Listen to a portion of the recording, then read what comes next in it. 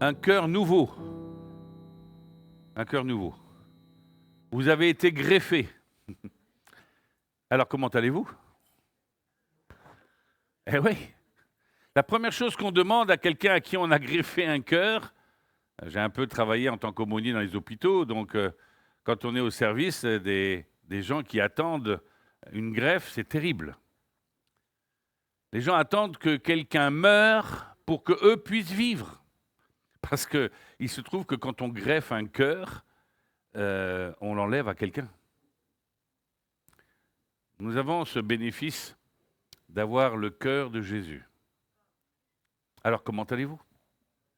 C'est cette question qu'on pose alors dans un autre service, celui de ceux qui sont en salle de réveil, ceux qui sont en salle de réanimation. Est-ce que vous vous sentez bien? Vous savez ce que la plupart des personnes répondent? La plupart des personnes répondent « Quelqu'un est mort à ma place ».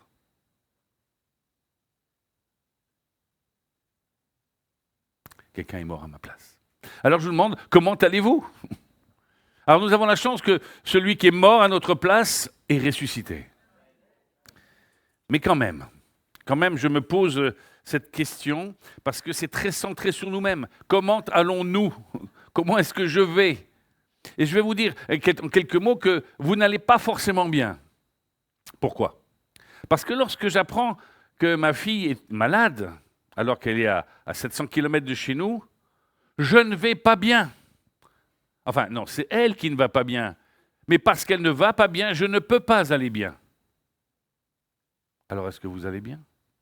On ne peut pas dire notre état d'esprit, notre état de corps, notre état spirituel, si on ne tient pas compte des autres. Et pourquoi est-ce que nous devons tenir compte des autres? Tout simplement parce que Dieu nous a dit « Tu aimeras ton prochain comme toi-même ».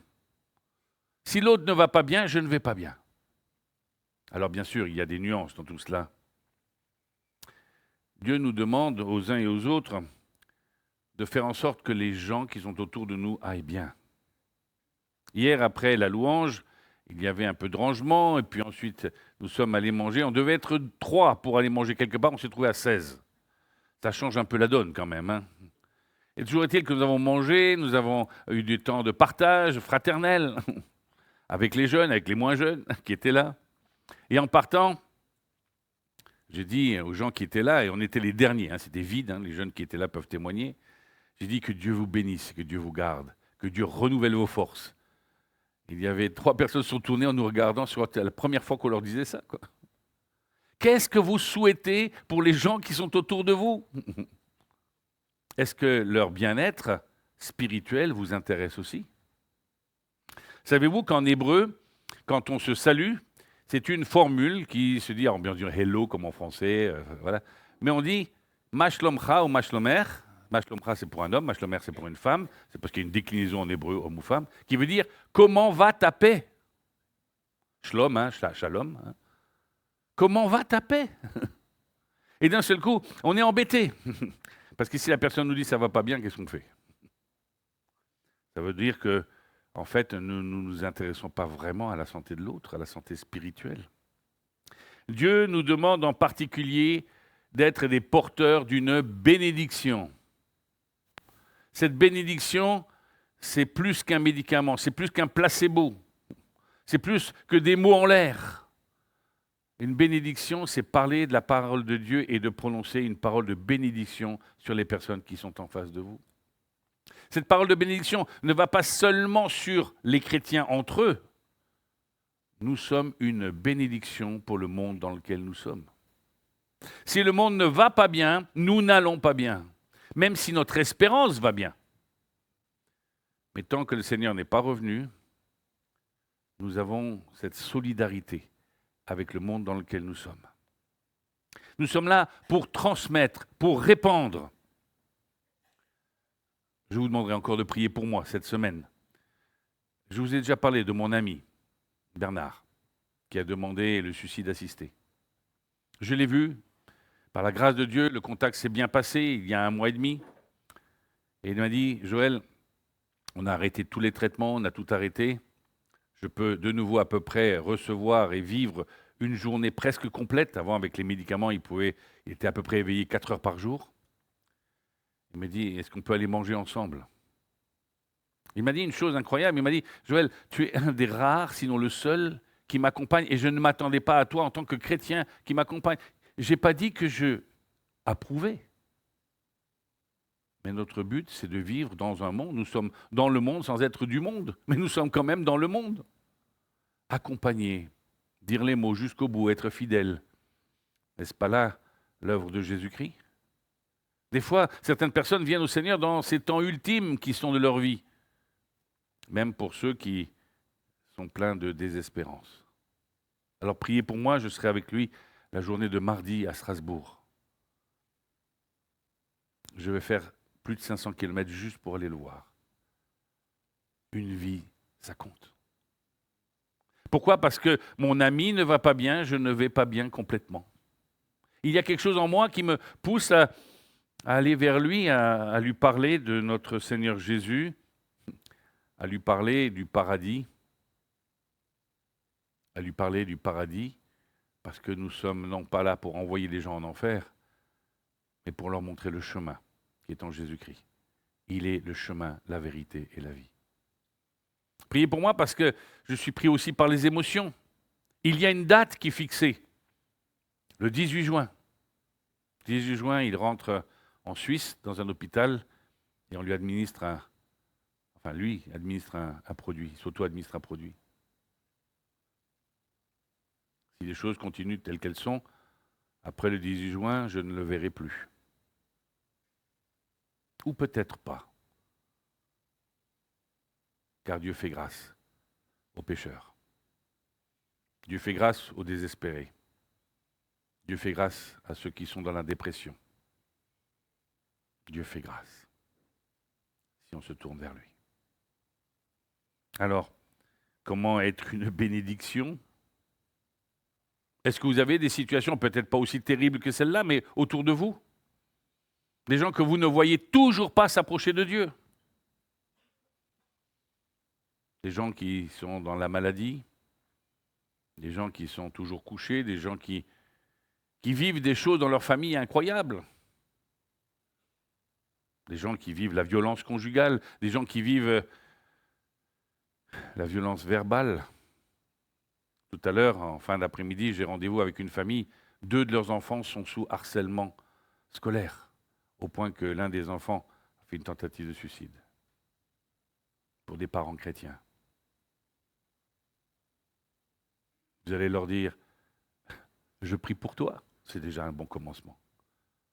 Mais combien nous n'allons pas bien tant que nous ne pouvons pas faire quelque chose, ou que nous ne voyons pas, ou que nous ne puissions pas apporter quelque chose qui soit solide, et qui ne soit pas futile, qui vienne du Seigneur, qui ne soit pas seulement de l'émotion, mais qui soit parole de Dieu. Nous sommes tous dans cette situation-là, où il est difficile d'être une bénédiction dans un monde de non-bénédiction. Quand j'écoute les informations, je me dis, pourvu qu'il n'y ait pas d'élection l'année prochaine, hein. Je ne saurais pas pour qui voter. Pourvu qu'il y ait une élection l'année prochaine, parce qu'il faut que les choses changent. Qu'est-ce qu'il faut choisir? Vous voyez que notre louange de tout à l'heure, il n'y a pas d'autre salut qu'en Jésus-Christ. Ça ne veut pas dire qu'il ne faut pas voter l'année prochaine. Ça veut juste dire que chacun d'entre nous, nous devons nous attendre d'abord aux grâces de Dieu. Nous attendre à lui pour son inspiration, parce que pour être une bénédiction, ce ne sont pas des œuvres humaines qui le font. Ça a commencé avec la grâce de Dieu à la sortie du Jardin d'Éden. Jusqu'à aujourd'hui, la grâce de Dieu, la sortie du tombeau. J'en ai parlé hier pour ceux qui étaient là à louange. Je vous prierai de m'excuser. Je vais reprendre aussi ce petit épisode qui s'est passé il y a 15 jours avec mes amis albanais et arméniens. J'expliquais que le samedi de Pâques, on m'a invité à aller boire un coup. C'est sympa. Après, on a un culte de Shabbat, puisque j'étais à l'église messianique. On m'appelle, Joël, est-ce que tu peux venir boire un coup? Moi, pour boire un coup, je suis toujours partant. C'est une invitation pour chacun d'entre vous. J'arrive et c'était pas chez eux, mais effectivement, c'était dans un bar. Au bout de quelques minutes, mes deux amis albanais me disent combien ils disent c'est terrible. Aujourd'hui, on voit l'islam, on voit d'autres religions, des sectes. Partout, ça pullule. En Albanie aussi. Et il me dit mais Jésus-Christ, on n'en entend plus parler. Du christianisme, on n'en entend plus parler. Parce qu'on est invisible. Je dis ben oui, aujourd'hui aussi, nous sommes invisibles. Nous sommes la veille de Pâques, c'était le samedi, et nous sommes dans un bar et rien ne nous distingue des autres. Rien ne nous distingue des autres. On va boire un coup, peut-être à la santé du Seigneur, mais rien ne nous distingue dans le bar. À ce moment arrive une armoire à glace, un Arménien, avec un accent un peu russe comme ça, à dire je comprends qu'il y a beaucoup de choses dans le monde, mais le christianisme petit. Je dis non, Dieu grand. Puis comme le gars était balèze, voilà. Et on discute. La visibilité des chrétiens. Non, pas seulement la visibilité, rentrer dans la rue, défiler avec des drapeaux, bénir le monde dans lequel nous sommes. Nous allons voir que Dieu nous y appelle depuis très longtemps. Bénir le monde dans lequel nous sommes. Et d'un seul coup, nous sommes sortis, parce qu'il fallait quand même que je parte au bout d'une heure et quart qui était prévu un quart d'heure. Ma femme se demandait où j'étais.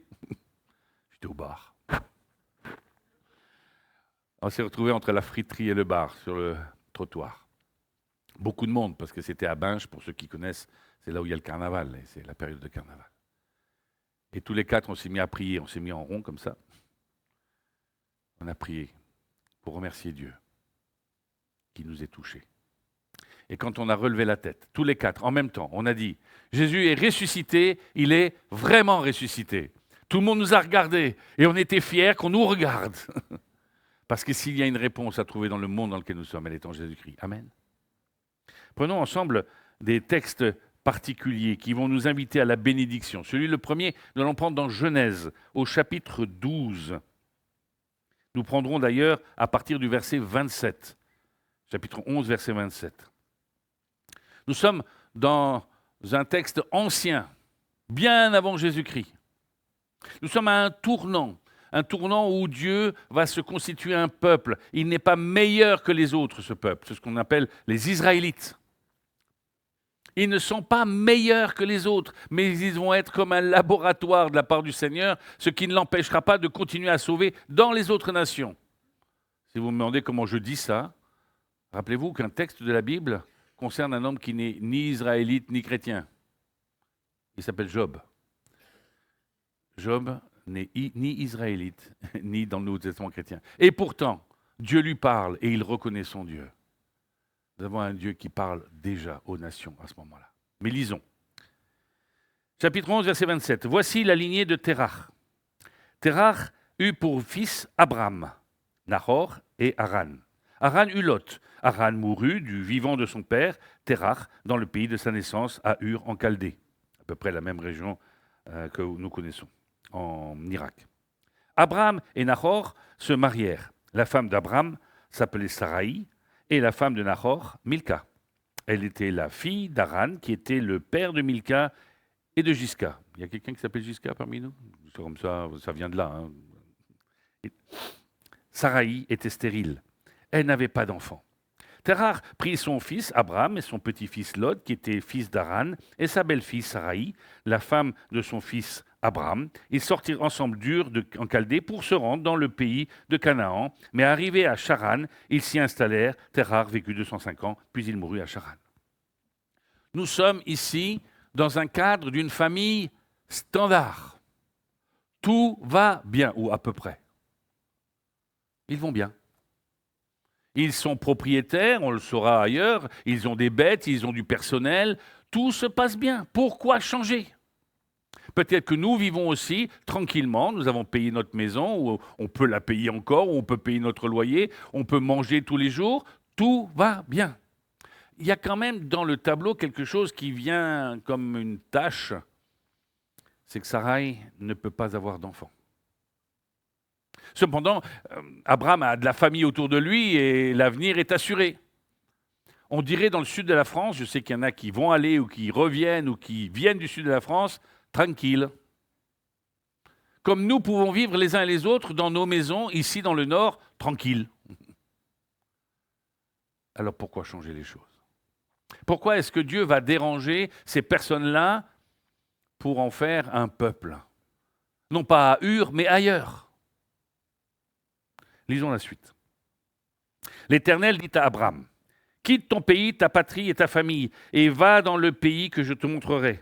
Je ferai de toi une grande nation, je te bénirai, je rendrai ton nom grand, et tu seras une source de bénédiction. Je bénirai ceux qui te béniront, et je maudirai ceux qui te maudiront. Toutes les familles de la terre seront bénies en toi. » Waouh! Mais honnêtement, vous allez bien? Pourquoi changer les choses? Pourquoi se mettre en déséquilibre? Pourquoi tout abandonner? Nous aimerions aujourd'hui à la fois avoir le beurre, l'argent du beurre et le sourire de la fermière. Nous voulons bien les bénédictions de Dieu, mais au moment où il faut les distribuer, c'est plus compliqué. Je me dis souvent que Dieu a la chance qu'on ait le culte encore le dimanche. Parce qu'il s'il faisait encore plus beau que cela, on serait moins nombreux. Ou alors, il faut le faire sur la plage. Qu'est-ce qui est notre priorité?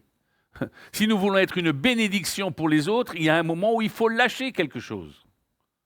Si nous voulons être une bénédiction de la part de Dieu, il va falloir abandonner nos bénédictions, en partie, en tout cas notre confiance dans les bénédictions sur cette terre, pour recevoir les bénédictions d'en haut.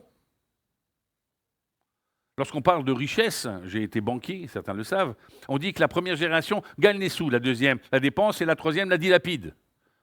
Ça veut dire que l'argent, c'est sur 3 générations. Ici, Dieu promet une bénédiction sur plusieurs générations. Je vous rappelle que Sarai est stérile. Vous imaginez ça dans la tête d'Abraham? Il a un certain âge en plus, on saura dans le texte qui va suivre qu'il a plus de 70 ans. Ah, tu es tranquille, tu as 70 ans. Tu sais que tu n'auras de toute façon pas d'enfant, tu vas pouvoir dormir toutes tes nuits tranquille. Tu as juste ton frère, tes neveux qui vont pouvoir s'occuper de la propriété. Tu es chez toi, tu n'as plus de dettes, tu peux enfin te reposer. J'allais dire, la retraite. Et Dieu lui dit, lève-toi. Et lui, tu vas aller à un endroit, je ne te dis pas où c'est. Je ne te dis pas dans combien de temps. Tu ne peux pas avoir d'enfants, tu vas avoir des enfants. Et tu vas être une bénédiction pour, le texte nous dit, toutes les nations. C'est où les nations? À l'époque, on connaissait son village, c'est peut-être 50 km autour de chez soi. Abraham, il aurait pu dire, écoute, c'est gentil, mais trouve quelqu'un d'autre de plus jeune. Quelqu'un qui a tout l'avenir devant lui. Quelqu'un qui n'a pas d'attache. Si nous voulons être une bénédiction, nous devons nous rappeler que ce n'est pas si nous voulons devenir une bénédiction, c'est nous sommes une bénédiction. Dieu, en venant dans nos vies, en s'installant dans nos vies, il fait de nous une bénédiction pour les nations. Mais nous y viendrons un petit peu après. Toujours est-il qu'ici, nous sommes devant une situation un petit peu particulière, où il faut qu'au lieu de lire simplement le texte, nous puissions entrer dans le texte. Abraham, il peut dire oui, ou il peut dire non. Dieu nous interroge jour après jour, puisque tu es béni de toute bénédiction, mais nous y viendrons encore un peu plus tard. Qu'est-ce que tu fais de tout ce que Dieu t'a donné? Est-ce que tu te dis que les bénédictions, c'est le samedi entre 6h et 8h, hein, tu fais des horaires comme ça? Non. Tu es une bénédiction continue, car Christ vit en toi comme une bénédiction contenue. Amen. Ça veut dire que le salut que nous avons, le pardon que nous avons, il ne s'opère pas à certaines heures de la semaine, il est continu. Nous vivons une bénédiction continue en Jésus-Christ. Car la bénédiction, c'est que nous puissions entrer dans la présence de Dieu. Et sans pardon, il n'y a pas d'entrée dans la bénédiction de Dieu. Il n'y a pas possibilité d'entrer dans la présence de Dieu. Nous nous rappelons alors que dans le Saint des Saints, le voile s'est vraiment déchiré. Nous pouvons entrer dans la présence de Dieu. Essayez de ne plus chanter ce chant « Un jour dans tes parvis vaut mieux que 1000 ailleurs ». Nous ne sommes plus dans les parvis, nous sommes dans le Saint des Saints. Il y a des textes de l'Ancien Testament qui sont accomplis. Vivons cet accomplissement. Alors vous allez bien? Parce que aller bien, c'est être conscient de cette bénédiction reçue en quantité suffisante pour que nous puissions devenir des chrétiens par débordement. Nous sommes remplis. Je ne peux pas me taire. Je ne peux pas ne pas rayonner. J'ai été aussi un chrétien silencieux, même en tant que pasteur. Je réservais à certaines personnes les bénédictions. Maintenant, lorsque je vais au restaurant, je bénis les gens. On a pu discuter avec la serveuse, on a dit que nous étions chrétiens. Elle dit, waouh, ça existe, quoi. Hein, j'étais avec, hein, elle était surprise. Hein. Il y a un moment où ouvrir la bouche, c'est une bénédiction. Mais ça deviendra une bénédiction si la personne se saisit de la bénédiction. Mais il faut la distribuer. Aujourd'hui, vous annoncez l'évangile, tout le monde ne va pas saisir ce message de bénédiction. Mais vous aurez distribué la bénédiction. Qu'est-ce qu'il faut alors pour que cette bénédiction puisse devenir effective? Regardons juste peut-être quelques versets plus loin, à partir du verset 4. Et si nous faisions juste un saut sur le texte de notre frère tout à l'heure, dans Hébreux 11.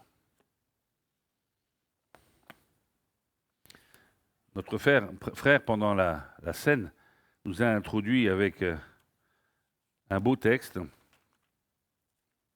qui nous parle de la foi. Dans Hébreux 11, on relit ce texte qu'on a lu tout à l'heure, mais comme ça vous savez où il est. Hébreux 11, verset 1. Or, la foi, c'est la ferme assurance des choses qu'on espère, la démonstration de celles qu'on ne voit pas. C'est à cause d'elle que les anciens ont reçu un témoignage favorable. Par la foi, nous comprenons que l'univers a été formé par la parole de Dieu, de sorte que le monde visible n'a pas été fait à partir de choses visibles. Nous croyons des choses incroyables, deux mots qui ne devraient pas aller ensemble. Nous avons une foi qui nous pousse à croire que Dieu est à l'origine de tout. Alors il est aussi à l'origine des bénédictions. Et si je regarde au verset 8, je retrouve mon ami Abraham, qui est devenu Abraham. C'est par la foi qu'Abraham a obéi lorsque Dieu l'a appelé et qu'il est parti dans le pays qu'il devait recevoir en héritage. Et il est parti sans savoir où il allait. C'est par la foi qu'il est venu s'installer dans le pays promis comme dans un pays étranger. Il y a habité sous des tentes, ainsi qu'Isaac et Jacob, les co-héritiers de la même promesse, car il attendait la cité qui a de solides fondations, celle dont Dieu est l'architecte et le constructeur. Les bénédictions que nous pouvons distribuer reposent sur des promesses à venir. Si c'était pour quelque chose que je risque de perdre, des choses qui sont dans l'immédiat, alors je les garde. Mais parce que je sais qu'il y a encore des bénédictions supérieures qui arrivent. Vivre l'éternité avec Christ. À cause de cela, je peux être une bénédiction. Je peux distribuer ce que j'ai reçu. Car je sais que les bénédictions d'aujourd'hui se multiplieront, mais se tariront un jour pour entrer dans une bénédiction particulière pour ceux qui ont reçu les premières bénédictions en Jésus-Christ. Qu'est-ce qu'a fait Abraham? Car il a fallu qu'à un moment, puisque nous sommes au bénéfice du ministère d'Abraham, qu'est-ce qu'il a fait? Regardons ensemble le verset 4 du chapitre 12 de Genèse. Abraham partit conformément à la parole de l'Éternel, et Lot partit avec lui. Abraham était âgé de 75 ans lorsqu'il quitta Charan. Il prit sa femme, Sarai, et Lot, le fils de son frère. Il prit aussi tous les biens et les serviteurs dont il était devenu propriétaire à Charan, et ils partirent pour se rendre dans le pays de Canaan, où ils arrivèrent. Frères et sœurs, tout commence par une obéissance conforme, non pas approximative. Je me souviens avoir passé mon permis moto, j'avais été tout jeune. Et lorsqu'on passe le permis moto, il y a le code de la route. Et le jour du code de la route, il y a des gens qui sont venus avec la moto alors qu'ils n'avaient pas encore le permis. Ils pensaient repartir avec le permis. Ça arrive, hein, c'est là qu'ils font ça avec des voitures. Toujours est-il qu'au moment du passage du code, à un moment, il fallait faire des coches, tout ça, il y avait plein de trucs à faire. Je me souviens, j'avais 16 ans. À un moment, quand on est passé au contrôle, quand ils viennent voir s'il y a les notes, tous ceux qui étaient venus avec leur moto sont repartis sans le permis, mais avec la moto. Voilà. Pourquoi? Parce qu'ils n'avaient pas regardé le code. Ils disaient qu'ils connaissaient. Approximativement, sens interdit, on sait à quoi ça ressemble. Feu rouge, quand il est vert, il devient feu vert. Mais le reste, tout le reste. Frères et sœurs, être une bénédiction, c'est obéir en tout à ce que Dieu nous demande. Avez-vous la prétention de tout connaître de la parole de Dieu? Ainsi, celui qui veut obéir doit se conformer à l'Écriture. Pas seulement dans l'ersatz que je peux vous donner, moi, le dimanche ou d'autres, mais dans votre lecture continuelle, dans votre relation avec Dieu, dans votre prière, dans vos échanges, dans vos discussions sur certains sujets. On en parlait cette semaine. Nous sommes marqués par la tradition. Je discutais avec un monsieur vous savez qu'il y a une loi qui est passée européenne qui dit qu'au-dessus de 75 ans, je crois, il va falloir repasser le permis. Un monsieur que je connais bien m'a dit, je crois que je ne l'aurai pas. Alors je lui dis, arrête-toi tout de suite de conduire. Là, il me dit, je ne connais pas tous les panneaux et tout ça. Je pense qu'il nous faut réfléchir les uns les autres. Notre code de la route, il est là. Hein. Qu'est-ce que tu en connais? Est-ce que tu en connais des choses par habitude, parce qu'il y a longtemps on t'a dit quelque chose que tu n'as pas forcément vérifié, mais auquel tu adhères? Ne croyez pas tout ce que je vous dis, vérifiez dans l'Écriture ce que je vous dis. Si je vous dis quelque chose, non pas qui vous semble faux, mais qui est faux, allez voir. Dites-le moi, que je puisse changer. Faisons attention à la force de l'habitude, les choses que je fais par habitude. D'ailleurs, je vais vous donner une petite chose qu'on vient de vivre à l'instant. Mais je dis à mon frère, il n'y a rien de grave. Ce que nous venons de prendre, ça ne s'appelle pas la Sainte Seine, ça s'appelle la Seine, tout simplement. C'est un héritage catholique de dire la Sainte Seine. C'est un repas. C'est au cours d'un repas que Jésus a partagé ce repas. Il a dit, chaque fois que vous prenez ce repas rentre et devrait rentrer dans une normalité pour chacun d'entre nous. Il y a quelque temps, je suis allé au chevet d'un gitan, un monsieur gitan assez âgé. Il n'avait pas pris la Seine depuis des années parce qu'il était malade, il est cloué au lit. J'ai demandé à toute sa famille, j'ai dit, est-ce que vous voulez qu'on prenne le repas du Seigneur ensemble, parce que c'est un homme de Dieu. Ils en ont pleuré. Parce que c'est un repas fraternel, la communion au corps de Christ. La communion au corps de Christ, c'est-à-dire la communion entre chacun d'entre nous. Si vous saviez combien je me réjouis, combien je dis que je me réjouis de vous voir quand je suis dans d'autres églises. Je dis, je suis dans une église à Dunkerque, ils sont super. Sauf certains. Non, je ne suis pas là. Vous comprenez ce que je veux dire. Même ceux qui disent, oh, Joël, on t'embête, je dis, vous ne m'embêtez pas. Parce que nous pouvons discuter. Nous sommes en train de grandir.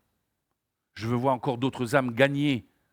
Mais je ne suis pas la seule personne qui peut bénir. Vous êtes tous des éléments de cette bénédiction. À partir du moment où vous obéissez. Non pas sur des horaires ou des créneaux d'horaires. Les chrétiens, les gens ont besoin de savoir que nous sommes chrétiens. Hier, je disais à la soirée de louange, mais c'est bien de louer dans une pièce fermée. C'est encore mieux de louer Dieu dans la rue, ailleurs. Car ce n'est pas seulement par le chant qu'on loue. C'est lorsque vous bénissez les autres. Lorsque vous dites du bien des autres. Lorsque vous pouvez dire même à quelqu'un qui ne vous aime pas, je vais prier pour que mon cœur change. Pas le sien oui, on peut aussi prier, mais que notre cœur ne s'endurcisse pas, que nous puissions rester, comme le dit le Seigneur, obéissants jusque dans ces 10 commandements qui sont résumés, tu aimeras ton Dieu de toute tes forces, de toute ton âme, de tout ton être, et ton prochain comme toi-même. C'est là que commence la bénédiction. C'est là que commence l'œuvre de Dieu. C'est là que vous commencez à voir l'œuvre de Dieu. Non pas parce que c'est vous qui faites l'œuvre de Dieu, mais vous devenez participants, témoins de l'œuvre de Dieu. Lors des Actes des Apôtres, il nous est dit que vous recevrez une puissance, nous savons que c'est le Saint-Esprit, la personne du Saint-Esprit, à la Pentecôte. C'est lorsque vous recevez cette puissance que vous serez mes témoins à Jérusalem, à Samarie, jusqu'au bout de la terre. Vous savez que le mot témoin ici dans le texte peut prendre 2 sens. Témoin de ce que vous vivez, mais témoin aussi de ce que Dieu fait. Il n'y a pas que ce que Dieu fait pour vous, il y a ce que Dieu fait de manière souveraine. Moi, je me réjouis de ce qui se passe dans les autres églises. Et heureusement qu'il travaille dans les autres églises. C'est un témoignage de notre unité, de notre communion au corps de Christ. Ainsi, si nous sommes une bénédiction, nous devons refléter tout ce que nous avons reçu. Nous avons cette particularité que lorsque nous bénissons, lorsque nous donnons, Dieu multiplie ces bénédictions. Prenons un temps pour lire dans le chapitre 1 d'Éphésiens. Éphésiens au chapitre 1, nous lirons quelques versets à partir du verset 3. Ça va? Tout le monde est réveillé? C'est important de se dire, mais au fait, Dieu m'a béni de quoi? Hein, Elliot, de quoi il m'a béni, Elliot? Elliot, il est concentré, il me dit quand je suis au cul, je suis concentré pour bien enregistrer. Alors je l'interpelle pour qu'il écoute. Je t'aime bien, Elliot. Les autres n'ont rien entendu. Voilà. Béni soit le Dieu et Père de notre Seigneur Jésus-Christ, qui nous a bénis de toute bénédiction spirituelle dans les lieux célestes en Christ. C'est un présent continu. Et il nous a bénis. C'est des choses que nous avons. On a du stock. Pourquoi toujours demander quelque chose en plus? Nous avons tout reçu, tout ce qui était nécessaire pour partir comme Abraham. Les gens me demandent des fois, mais si je crois, ça sert à quoi? Devenir meilleur. Je dis, c'est pour entrer dans la patrie avec le Seigneur. C'est comment la patrie? Et on va y être combien de temps? Je dis l'éternité. Il me dit, mais c'est un peu long. Je dis, au début, c'est long, mais à la fin, on s'habitue. C'est compliqué. Honnêtement, c'est compliqué de dire où on va. Nous n'avons d'ailleurs, encore une fois, de ces mots qu'on lance en l'air. Moi, un jour, j'aimerais être au ciel. Non, je ne veux pas être au ciel. La Nouvelle Jérusalem, elle descend. Je n'ai pas envie de rester au ciel. Vous voyez les mots qu'on utilise par habitude. Mais en même temps, je ne sais pas plus expliquer Jérusalem qui descend. Je le comprends, mais je ne peux pas l'expliquer. Mais je le crois. J'en ai la foi. Je sais qu'on ne sera pas tout seul. Il y a déjà ceux qui nous ont précédés. Mais j'aimerais tant qu'il y ait ceux qui sont encore ici aujourd'hui. Et ceux qui viendront jusqu'au retour de Jésus-Christ. Verset 4. En lui, Dieu nous a choisis. Vous avez été choisis, si vous avez reçu Jésus-Christ. En Dieu nous a choisis avant la création du monde pour que nous soyons saints et sans défaut devant lui. Dans son amour, il nous a prédestinés à être ses enfants adoptifs par Jésus-Christ. C'est ce qu'il a voulu dans sa bienveillance, pour que nous célébrions la gloire de sa grâce dont il nous a comblés dans le bien-aimé. Que nous célébrions sa gloire. Seulement dans les horaires de culte ou lorsqu'il y a des bons musiciens? Tout le temps. Cela ne se fait pas simplement avec des chants, encore une fois, ou que sais-je, des prières. C'est par votre attitude. Vous êtes reconnaissant, au lieu de tout le temps râler. Moi, je ne suis pas content du maire qu'on a reçu dans ma commune. C'est un tricheur, un voleur, hein, c'est connu. Mais le Seigneur nous a dit, tu pries pour les autorités. Alors, je serre les dents. Je le dis honnêtement. Je ne dis pas change-le, parce que Seigneur, tu fais ton œuvre, mais change-moi pour que je puisse avoir une attitude qui soit une attitude de bénédiction. Ça vous arrive aussi, il n'y a pas qu'à moi que ça arrive. Verset suivant, verset 7. En lui, par son sang, nous sommes rachetés. Ce n'est pas une bénédiction, ça? Mais pas seulement rachetés, pardonnés de nos fautes, conformément à la richesse de sa grâce. Relisez chez vous, Éphésiens chapitre 1, le nombre de superlatifs qui sont là. Et je vous rappelle que Paul, il n'est pas en bonne situation à ce moment-là. Hein. Dieu nous a accordé avec abondance, en toute sagesse et intelligence. Il nous a fait connaître le mystère de sa volonté, conformément au projet bienveillant qu'il avait formé en Christ, pour le mettre à exécution lorsque le moment serait vraiment venu, à savoir de tout réunir sous l'autorité du Messie, aussi bien ce qui est dans le ciel que ce qui est sur la terre. En lui, nous avons été désignés comme héritiers. C'est pas beau, ça? Vous n'avez pas besoin de vous préoccuper si vous aurez des besoins plus tard. Vous êtes héritier de celui qui a tout. Les mots sont choisis par Paul. Ayant été prédestinés suivant le plan de celui qui met tout en œuvre conformément aux décisions de sa volonté, pour servir à célébrer sa gloire, nous qui avons par avance espéré dans le Messie. En lui, vous aussi, après avoir entendu la parole de la vérité, l'évangile qui vous sauve, en lui vous avez cru et vous êtes marqués de l'empreinte du Saint-Esprit qui avait été promis. Je ne sais pas où vous en êtes avec Jésus-Christ, mais aujourd'hui, tu peux être en lui.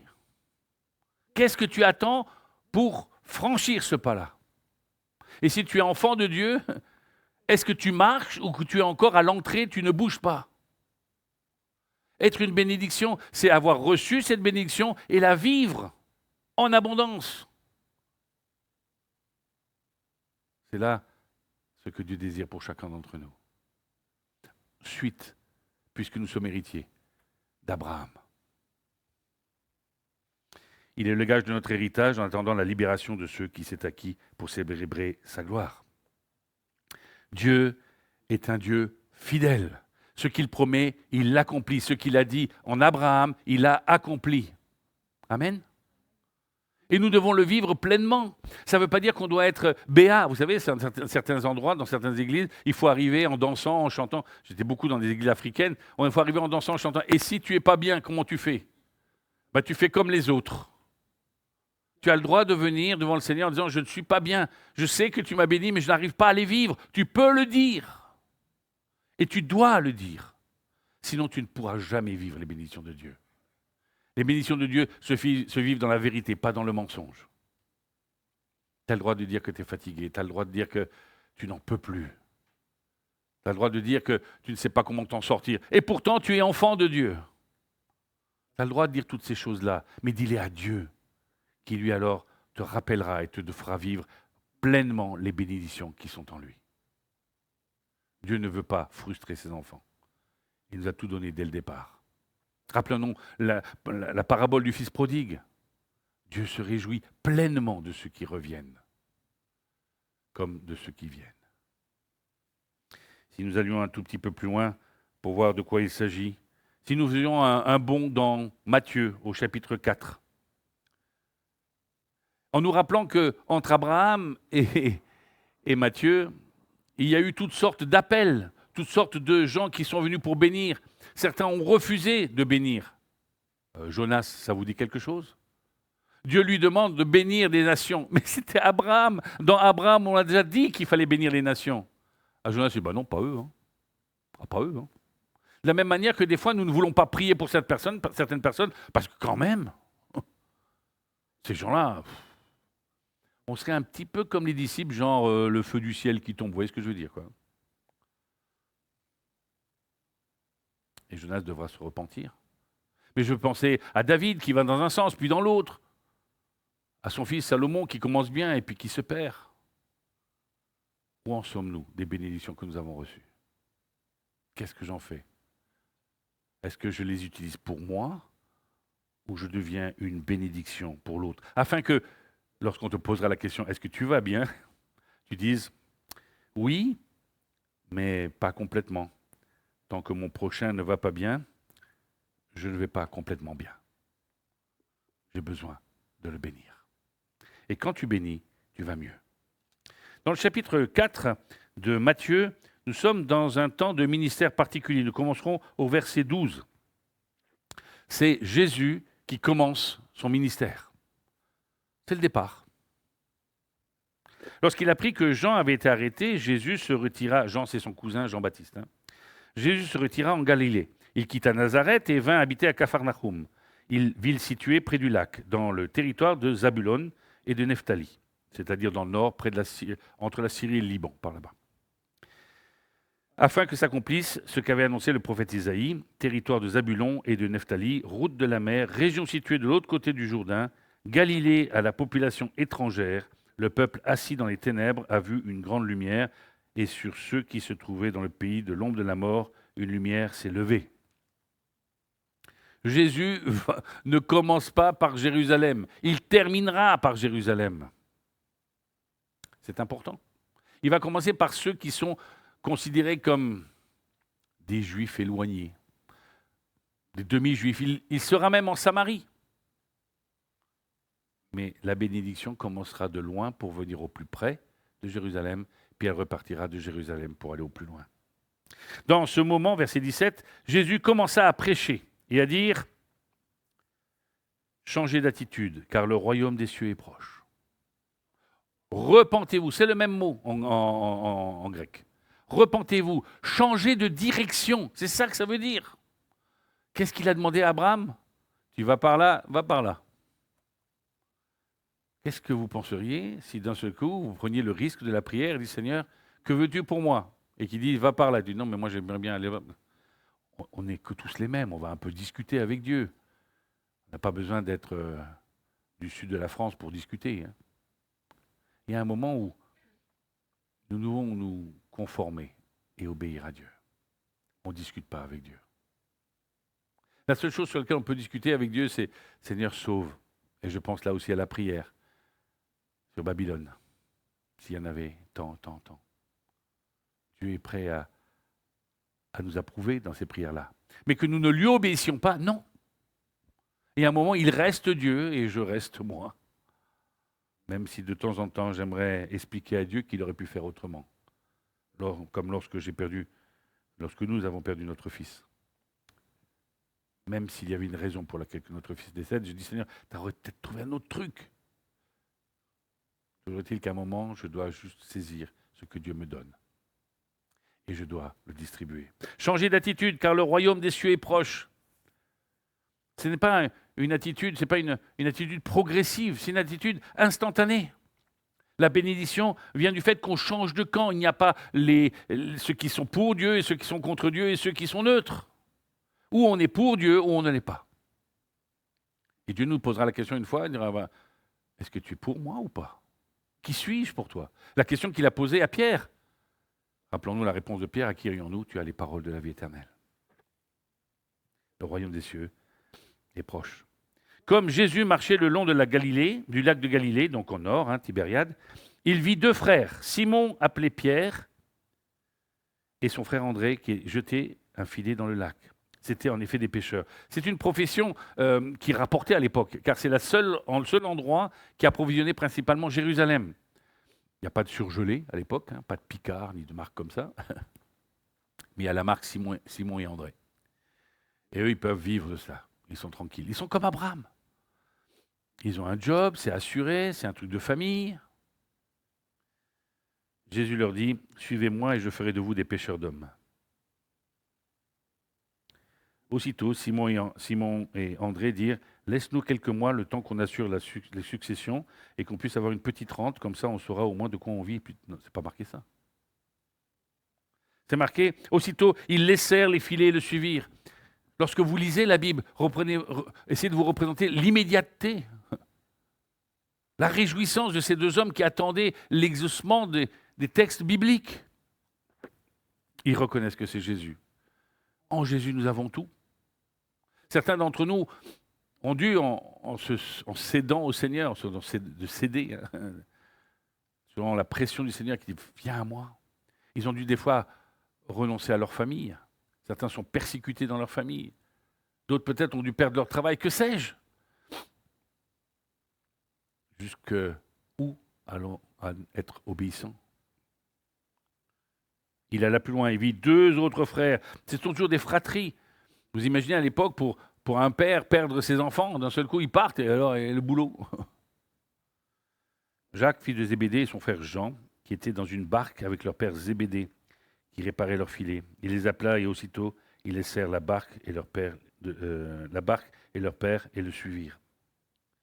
Jésus parcourait toute la Galilée, il enseignait dans les synagogues, proclamait la bonne nouvelle du royaume et guérissait toute maladie et toute infirmité parmi le peuple. Sa réputation gagna toute la Syrie et on lui amenait tous ceux qui souffraient de maladies, de douleurs, de divers genres, de démoniaques, d'épileptiques, de paralysés. Il les guérissait, de grandes foules le suivirent, venus de la Galilée, de la Décapole, de Jérusalem, de la Judée et de l'autre côté du Jourdain. Le ministère de Jésus commence par une bénédiction sur les nations. Le Nord, la Syrie, le Liban. Un peu Dunkerque, quoi. Nous sommes là pour apporter cette bénédiction en abondance. Nous sommes là pour répondre à la bénédiction qui est en Abraham, parce qu'elle a été transmise et réalisée en Jésus-Christ. C'est lui qui nous donne pleinement son esprit. C'est lui qui nous donne l'ordre d'aller par le monde, de les baptiser, de les enseigner, d'en faire des disciples. Ce n'est pas le rôle des 12, ils sont partis depuis longtemps. C'est le rôle de nous, les 120, 140 à peu près, membres réguliers ici. Vous vous rendez compte? Si chacun d'entre nous pouvait donner juste un mot de bénédiction cette semaine. Allez, disons qu'on donne la bénédiction à 3 personnes. C'est pas beaucoup, hein? C'est-à-dire que lorsque vous partez, que vous quittez un magasin, même à la caissière, vous lui dites que Dieu vous bénisse, que Dieu vous accorde de le connaître. Juste un petit mot comme ça. Ne vous inquiétez pas, ils vont vous poser des questions théologiques. Hein. Imaginez qu'on est 120 multiplié par 3. Ça fait quand même un paquet de monde qui serait touché. Et nous ne sommes pas les seuls, les autres églises ici. Et si vous le faites toutes les semaines, et si la caissière venait un jour vous dire, écoutez, j'ai des questions à vous poser, parce que chaque fois vous me bénissez, comment cela se fait-il? La bénédiction, ce n'est pas de grandes choses, sinon celui d'être témoin et obéissant devant Jésus-Christ. Nous allons terminer avec un texte de Galates 3.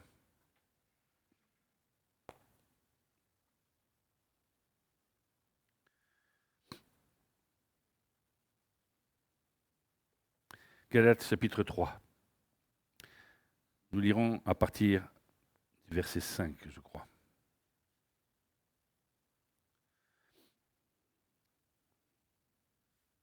Oui. Celui qui vous accorde l'Esprit et qui accomplit des miracles parmi vous, le fait-il donc parce que vous pratiquez les œuvres de la loi, parce que vous écoutez ou parce que vous écoutez avec foi? Vous faites les choses par habitude ou parce que vous croyez que ce que vous avez reçu vous vient de Dieu? Je suis juif par mes origines. Je suis triste qu'aujourd'hui le judaïsme ait transformé les textes de la parole de Dieu, qui étaient des textes de foi, en textes de loi uniquement. Dans le judaïsme, on ne se préoccupe pas du salut de l'autre puisqu'il n'y a pas de prosélytisme. On s'occupe de son propre salut, d'être juste en fonction des œuvres que l'on pratique. Nous avons été justifiés, frères et sœurs. Ne te préoccupe pas d'être le plus saint parmi nous, d'être le plus grand parmi nous. Tu veux une place, tu veux prêcher, viens devant, là, viens. Mais tu es devant le Seigneur. Il y a un moment où l'obéissance passe tout simplement par les petites choses de la semaine, avant que ce soit celle qui soit démonstrative. C'est la foi. C'est que je crois que mon boulanger, à qui je parle toujours, que toutes les personnes que je croise, à qui je peux annoncer l'Évangile d'une manière courte ou longue, que le personnel du Buffalo Grill hier, à qui on a dit que Dieu vous bénisse, que Dieu vous encourage, qu'il renouvelle vos forces, puisse peut-être se poser des questions, que cette jeune femme qui nous a servi à table se pose des questions pour aller un peu plus loin. C'est peut-être pas nous qui allons récolter, peu importe, du moment qu'elle est avec nous dans la terre promise. Mais lisons la suite. Tout comme Abraham eut confiance en Dieu, tiens, on y revient, 2000 ans après, là, et que cela lui fut compté comme justice, reconnaissez donc que ceux qui ont la foi et qui sont les fils d'Abraham. Or, l'Écriture prévoyait que Dieu considérerait les non-juifs comme justes sur la base de la foi. Et elle a d'avance annoncé cette bonne nouvelle à Abraham. Toutes les nations seront bénies en toi. Ainsi, ceux qui croient sont bénis avec Abraham le croyant. En effet, tous ceux qui dépendent des œuvres de la loi sont sous la malédiction. C'est fort, hein? Tous ceux qui dépendent de ce qu'ils font, de se justifier, qui font de belles choses, qui font mieux que les autres, ou qui annoncent un calendrier avec tout ce qu'ils vont faire, ou une liste de tout ce qu'ils ont fait. Car il est écrit, « Maudit soit tout homme qui ne reste pas fidèle à tout ce qui est écrit dans le livre de la loi pour le mettre en pratique, l'obéissance. » De plus, il est évident que personne n'est déclaré juste devant Dieu dans le cadre de la loi, puisqu'il est dit, « Le juste vivra par la foi. » Or, la loi ne s'appuie pas sur la foi, elle dit au contraire, l'homme qui mettra ses règles en pratique vivra par elles. Christ nous a rachetés de la malédiction de la loi en devenant malédiction pour nous, puisqu'il est écrit, tout homme pendu au bois est maudit. C'est ainsi qu'en Jésus-Christ, la bénédiction d'Abraham touche aussi les non-juifs et que nous recevons par la foi l'Esprit qui avait été promis. Frères et sœurs, vous êtes une bénédiction. Vous êtes une bénédiction. Dieu nous demandera des comptes de ces bénédictions.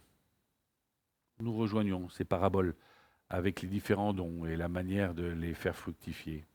On l'a dit tout à l'heure, la foi, il faut la faire fructifier, il faut l'entretenir par la lecture, par la prière, par les échanges, par les études bibliques, par la louange.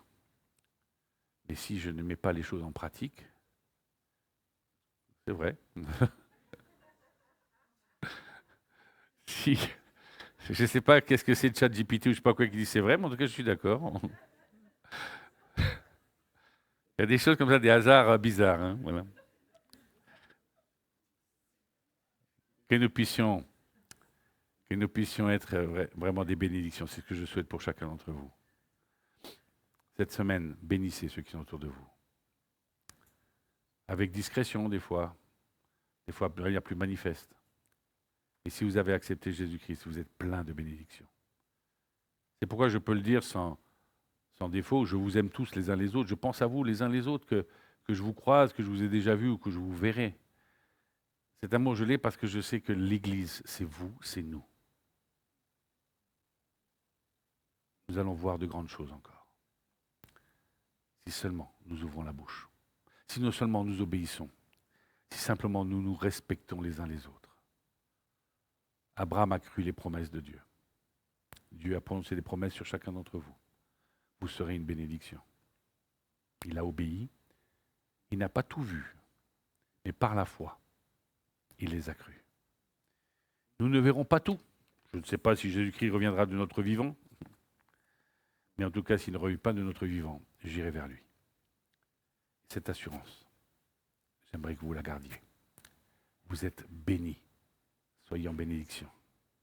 Alors je reviens à ma question du départ. Comment allez-vous? Là, on ne sait plus quoi répondre. Hein. Répondez oui, je vais bien, par la grâce de Dieu. Mais je désire que tu ailles bien, par la grâce de Dieu. Amen. Est-ce que je peux prier? Nous voulons nous lever.